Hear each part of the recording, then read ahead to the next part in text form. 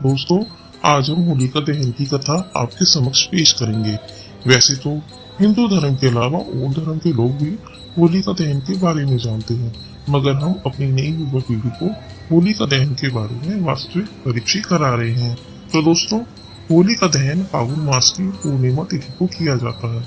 इस पूर्णिमा तिथि को स्नान दान का भी महत्व है। होलिका दहन मतलब बुराई पर अच्छाई की जीत। हाँ जी, होली का दहन हर वर्ष इसलिए किया जाता है जिससे आने वाली पीढ़ी को अपने हिंदू पर्व और उनके महत्व की जानकारी मिलती रहे। होली का दहन छोटी होली को किया जाता है और इस दहन की एक प्रचलित कथा है। हिरण्यकश्यप नाम का राक्षसी राजा था। उसे भगवान से कोई सरोकार नहीं था, क्योंकि वह खुद को ही भगवान समझ बैठा था। उसकी नगरी में किसी भी प्राणी को भगवान की पूजा करने और नाम तक लेने का अधिकार भी नहीं था। परंतु हिरण्यकश्यप का ज्येष्ठ पुत्र प्रहलाद श्री हरि विष्णु का परम भक्त था और वह सदैव नारायण का जाप करता रहता था। हिरण्यकश्यप ने प्रहलाद को कई बार मना भी किया, मगर प्रहलाद ने नारायण की पूजा करनी ही नहीं छोड़ी। तब हिरण्यकश्यप ने प्रहलाद को मृत्यु के घाट उतारना चाहा। अपने सेनापतियों को आदेश दिया कि प्रहलाद को मार डालो, मगर सब अस्त्र शस्त्र प्रहलाद को छूते ही टुकड़े टुकड़े हो जाते। मगर प्रहलाद को चोट तक भी नहीं आ पाई। बोलो राधे राधे। अब एक बार हाथी के सामने प्रहलाद के हाथ पैर बांध कर डाल दिया, मगर हाथी ने सूंड से उठाकर मस्तक पर बिठा लिया। बोलो राधे राधे। फिर प्रहलाद को कोठरी में बंद कर दिया और वहां सर्प छोड़ दिए, परंतु वह सर्प भी शांत होकर चले गए बिना छुए प्रहलाद को। ये सब देखकर फिर शेर को कोठरी में छोड़ दिया, मगर शेर भी प्रहलाद के सामने पूंछ हिलाकर साथ में बैठ गया। इतने प्रयास के बाद प्रहलाद को भोजन में विष दिया गया, लेकिन हिरण्यकश्यप इसमें भी सफल नहीं हो सका। तब उसने प्रहलाद को कई दिनों तक भोजन और जल नहीं दिया, लेकिन प्रहलाद वैसे के वैसे ही थे। बोलो राधे राधे। फिर हिरण्यकश्यप ने प्रहलाद को पर्वत से गिरा दिया, लेकिन जब वह पृथ्वी पर गिरे तो धरती फूलों से भर गई और प्रहलाद को कोई भी खरोच नहीं आई। बोलो राधे राधे।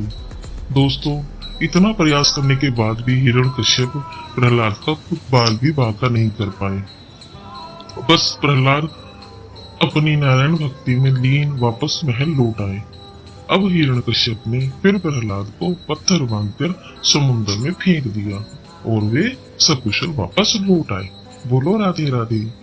जब हिरण्यकश्यप प्रहलाद को मार नहीं पाया, तब हिरण्यकश्यप ने अपनी बहन होलिका को बुलाया और उसने प्रहलाद के बारे में सब कुछ बताया और अपनी बहन को प्रहलाद को आग से जलाकर मारने की युक्ति बताई और होलिका मान भी गई।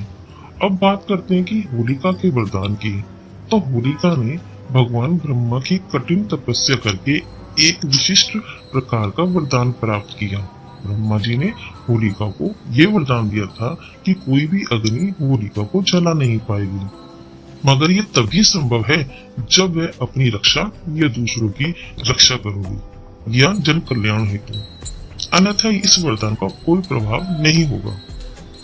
अब ये वरदान पाकर होलिका खुश तो हो गई, क्योंकि अब समस्त संसार और तीनों लोगों की अग्नि भी उसे जला नहीं सकती थी।